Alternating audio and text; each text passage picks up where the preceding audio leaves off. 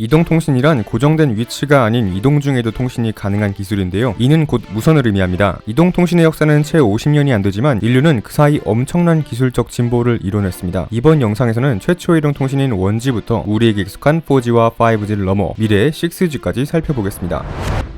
최초의 이동통신인 1G의 특징은 음성통화만이 가능했다는 것입니다. 하지만 당시에는 휴대전화로 음성통화를 한다는 것 자체가 놀라운 혁신이었죠. 1G의 최고 전송 속도는 14.4kbps였는데요. bps는 비트 퍼 세크를 의미하며 비트 단위를 우리에게 익숙한 바이트 단위로 바꾸기 위해서 8로 나누어주면 1.8kb per sec가 됩니다. 이 속도로 만약 영화 한 편을 다운받는다고 가정하면 무려 27일가량이 걸리게 됩니다. 1G 이동통신의 개막을 알린 기업은 모토로라입니다. 세계 최초의 휴대폰으로 인정받은 제품은 1973년 개발된 모토로라의 다이나텍인데요. 사실 이 제품은 프로토타입에 가까웠고 모토로라는 이를 바탕으로 약 10년을 더 연구했습니다. 그리고 마침내 1983년 다이나텍 8000X가 모습을 드러냅니다. 일반 소비자를 위해 상용화된 최초의 휴대폰이 등장한 것이죠. 다이나텍 8000X는 전화번호를 무려 30개까지 저장할 수 있었으며 빨간색의 LED 디스플레이를 탑재하는 혁신을 보여주었습니다. 또한 무게가 무려 793g으로 덤벨 기능이 있어 벽돌폰이라는 별명도 갖게 되었습니다. 그러나 아쉬운 점도 있었는데요. 바로 배터리 타임입니다. 충전에는 10시간이 걸렸지만 통화는 단 30분만 가능했습니다. 그리고 무엇보다도 가격이 문제였습니다. 당시 가격은 3,995달러로 현재 물가 기준으로 한화 약 1,000만원이 넘는 가격입니다. 그런데 실제 당시 체감 가격은 그 이상이었을 텐데요. 우리나라에는 88 올림픽에 있던 1988년에 수입되었는데 가격이 약 400만원 가량이었습니다. 당시 짜장면 한 그릇의 가격이 800원 정도였다고 하니 휴대전화는 그야말로 부의 상징이었죠. 서비스 첫 해 휴대전화 가입자 수는 784명이었다고 합니다. 그리고 이 다이나텍을 처음 들여온 기업은 SK텔레콤의 전신인 한국이동통신이었는데요. 사실 당시 한국이동통신은 원래 KT의 자회사였습니다. 그러나 수년 뒤인 1994년 SK가 한국이동통신을 인수하게 되었고 그 결과 국내 이동통신 시장의 개막이라는 타이틀은 KT가 아닌 SK텔레콤 차지가 된 것입니다. KT로서는 참 아쉬움이 남는 역사겠죠. 또한 88년은 최초의 국산 휴대폰도 등장했는데요. 바로 삼성전자의 SH100입니다. 하지만 통화 품질이 좋지 않았다고 합니다. 1G가 아날로그 통신이었다면 2G부터는 디지털 통신이 이루어집니다. 아날로그 신호를 그대로 주고받는 1G의 경우 이용자가 많아지면 통화 품질이 급격히 떨어질 수밖에 없었는데요. 디지털 통신은 음성과 같은 아날로그 신호를 0과 1로 구분되는 디지털 신호로 변환하여 송신하고 이를 다시 우리가 인지할 수 있는 아날로그 신호로 변환하는 방식입니다. 이 덕분에 데이터 압축이 가능해질 뿐 아니라 이용자가 많아져도 간섭 영향을 덜 받게 됩니다. 예를 들면 신호 간의 간섭이 발생해 1이 1.1이 되어버렸다고 가정해보겠습니다. 하지만 디지털 세계에는 1.1이란 숫자는 없고 오직 0과 1만 존재하기에 0.1은 무시되고 1이 수신되는 것입니다. 정리하면 2G부터 디지털 통신이 이루어졌으며 이때부터 비로소 문자 메시지 송수신이 가능해졌습니다. 2세대 이동통신 기술은 GSM 방식과 CDMA 방식이 있었는데요. GSM은 유럽발 방식으로 전 세계적으로 널리 사용된 표준이었습니다. 이런 GSM을 한 번도 사용한 적이 없는 나라가 있는데요. 바로 대한민국입니다. 우리나라는 미국 퀄컴사의 CDMA를 채택했는데 1996년 한국이동통신이 세계 최초로 상용화하였습니다. 사실 세계적인 대세는 GSM 방식이었고 우리나라가 예외적인 경우였는데요. 때문에 해외 출국 시에는 국가별 통신사별 지원 유무에 따라 GSM을 지원하는 로밍폰을 임대해야 하기도 했습니다. 1992년 출시된 세계 최초의 2G폰인 노키아 1011도 GSM 방식이었고요. 2007년 출시된 최초의 아이폰 1세대도 GSM 방식이었기 때문에 국내에서 사용이 불가능했죠. 한편 삼성과 LG는 국내 첫 CDMA 휴대폰 출시를 위해 경쟁했는데요. 결과는 LG 승, LG의 LDP200이 1996년 2월, 삼성의 SCH100이 같은 해 4월에 출시되었습니다. 현재 스마트폰의 가장 주요한 마케팅 포인트는 카메라일 텐데요. 당시는 통화 품질이 가장 중요한 마케팅 포인트였습니다. 삼성과 LG도 통화 품질 향상을 1순위로 두고 선의의 경쟁 구도를 만들며 국산 브랜드의 시장 점유율을 확대하기 시작합니다. 2G는 1G보다 무려 10배 빨라진 144kbps의 전송 속도를 자랑했는데요. 이 속도로 영화 한 편을 다운받는다고 가정하면 약 65시간, 단 2-3일 만에 다운로드를 완료할 수 있는 셈입니다. 그렇다면 3G에서는 또 얼마나 빨라졌을까요? 3G의 이론적 최대 전송 속도는 14mbps로 2G의 144kbps보다 100배 빨라졌습니다. 이때부터 영상통화와 멀티미디어 통신이 가능해진 것입니다. 비록 느리지만 휴대폰에서 인터넷이 가능해졌다는 것은 큰 혁신이었죠. 한일 월드컵이 있던 2002년에는 3G가 상용화되었습니다. 2G에서는 GSM 방식과 CDMA 방식이 있었는데요. 3G에서는 GSM 방식에서 발전한 WCDMA 방식과 CDMA 방식에서 발전한 CDMA 2000이 있었습니다. 그중 WCDMA 방식은 GSM을 계승하면서도 기술도 CDMA의 장점을 일부 흡수하였고 3G 기술 표준으로서 자리를 확고히 합니다. 우리나라에서는 두 가지 방식을 모두 사용하기로 했고 KT와 SKT는 GSM 기반의 WCDMA를, LG는 CDMA 2000을 도입합니다. 사실 세계적인 대세는 WCDMA였기에 LG는 해외에서 자동 로밍이 안 되는 단점이 있었습니다.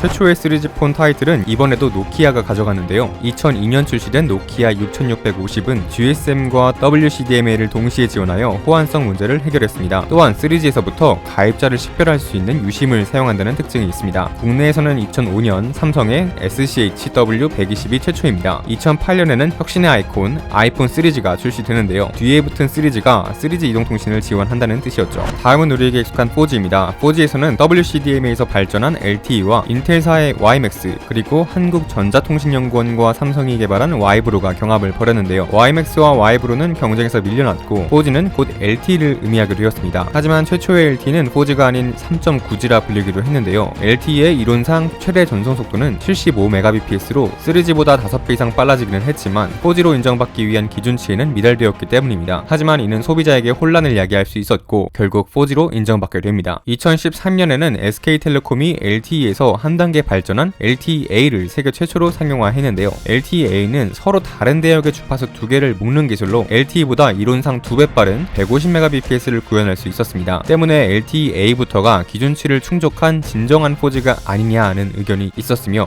무선 통신 속도가 드디어 100Mbps의 유선랜 속도를 뛰어넘었다는 것에 의미를 두기도 했습니다. 그리고 세계 최초의 LTEA 스마트폰 자리는 삼성 갤럭시 S4 LTEA가 차지했네요. 그런데 사실 LTE의 최대 속도 목표치는 1GBps였습니다. 이에 LTE 기술은 개선을 거듭했는데요. 주파수 2개를 묶는 기술이었던 LTEA에서 발전하여 주파수 3개를 묶는 기술인 3밴드 LTEA가 등장했고요. 2016년 이후에는 4.5G 또는 4.9G라 불리기도 하는 LTEA 프로가 등장하여 이론상 최대 속도 500Mbps를 구현했습니다. 이후에도 개선을 통해 이론상 최대 속도 1GBps를 만들어냈고요. 그런데 LTE가 성장하는 중에도 2020년대 이후 데이터 통신량이 폭증할 것이라는 예측이 많았고 다음 세대 이동통신 기술은 준비되고 있었습니다. 그것이 바로 IMT 2020으로도 불리는 5G입니다. 기술 표준 이름이었던 LTE가 4G를 의미했던 것과는 달리 5G의 경우는 기술 표준 이름인 NR보다는 그냥 5G로 불리고 있는데요. 2019년 1월 대한민국에서 세계 최초로 상용화되었지만 꽤 많은 국내 소비자들이 비싼 5G 요금제 때문에 5G로 넘어가기를 망설이고 있습니다. 5G의 세 가지 특징은 초고속, 초연결, 초저지연입니다. 초연결과 초저지연은 4차 산업혁명, 자율주행 등을 위한 중요한 특성이지만 당장 소비자가 체감할 수 있는 부분은 아니겠고요. 현재 일반 소비자가 체감할 수 있는 부분은 초고속, 즉 속도일 텐데요. 5G는 최고 전송 속도 20GBps로 LTE보다 최대 20배 빠른 속도를 목표로 합니다. 하지만 실제로는 평균 3배에서 5배, 이상적인 환경에서 최대 10배 정도 빨라지는 것에 그쳤습니다. 일단 5G는 기지국수가 아직 부족하다는 문제가 있고요. 여기에 주파수 이슈도 있는데요. 5G는 두 가지 주파수 대역을 사용합니다. 3.5GHz와 28GHz인데요. 상대적으로 주파수가 낮은 3.5GHz는 속도는 조금 느린 대신 커버리지가 넓고요. 상대적으로 주파수가 높은 28GHz는 속도는 더 빠른 대신 장애물에 취약하고 커버리지가 좁습니다. 같은 이유로 와이파이도 2.4GHz와 5GHz가 있다면 5GHz로 연결하는 것이 더 빠를 수 있습니다. 5G를 처음 출시할 때는 20배가 빨라진다고 광고했는데 이는 속도가 빠른 28GHz 기준이었고 실제로는 아직까지도 3.5GHz만을 사용하고 있는 것입니다. 세계 최초의 5G 폰이었던 갤럭시 S10 5G 이후부터 최근 출시된 갤럭시 S21까지도 3.5GHz를 지원하는 5G 스마트폰이고요. 여기에 28GHz 대역은 기업용이라는 이야기까지도 나오고 있습니다. 28GHz는 3.5GHz에 비해서도 커버리지가 좁다 보니 28GHz로 전국망을 까는 것은 사실상 불가능해 보인다는 것입니다. 때문에 일반 사용자가 사용하는 스마트폰은 앞으로도 3.5GHz 지원 모델을 위주로 출시되지 않겠냐는 예상이 있습니다. 4G가 멀티미디어 스트리밍의 시대를 열었고 5G가 사물 인터넷, VR, 자율주행 시대를 열 것이라면 과연 6G는 어떤 역할을 하게 될까요? 6G는 지능형 서비스를 목표로 합니다. 현 시점 6G에 대한 표준은 확정되지 않았지만 100GHz 이상의 초고주파 대역을 사용하며 전송 속도는 5G 대비 50배 빨라진 무려 1000GBps입니다. 5G가 가상현실과 증강현실을 보여준다면 6G는 여기서 더 발전하여 홀로그램과 같은 확장현실을 보여줄 것이라 합니다. 또한 자동차의 자율주행에서 더 발전하여 드론과 같은 비행기체의 자율비행이 가능해지며 원격 진료가 아닌 원격 수술이 가능해질 것으로 전문가들은 시대는 예측하고 있습니다. 그리고 6G의 가장 큰 특징은 지능형 서비스는 어떤 것일까요? 6G 시대에서는 건물과 사물이 사람의 지시 없이도 자동 제어가 이루어지며 기계를 사람의 생각만으로 조종하는 기술이 보급될 것이라 합니다. 여기에 한 가지 더 흥미로운 예측은 6G 시대에서는 스마트폰의 필요성이 줄어든다는 것입니다. 카세트 플레이어, MP3 플레이어, 전자사전, PMP 등이 어느새 우리 앞에서 사라졌듯이 스마트폰의 시대도 영원할 수는 없을 텐데요. 6G 시대에서는 안경 등의 웨어러블 디바이스로 주력 단말기가 변화할 것이라는 예측이 있습니다. 6G는 2028년 상용화를 목표로 하고 있으며 2030년 이후부터 본격적인 보급이 가능할 전망입니다. 1G부터 5G까지 이동통신 기술은 짧은 역사 속에서 너무나 빠르게 발전해왔습니다. 그럼에도 인류는 멈추지 않고 6G 시대를 향해 달려가고 있는데요. 6G가 열게 될 새로운 세상이 기대가 되면서도 한편으로는 부작용은 없을지 조금은 걱정이 되기도 합니다. 여러분의 생각은 어떠신가요? 그리고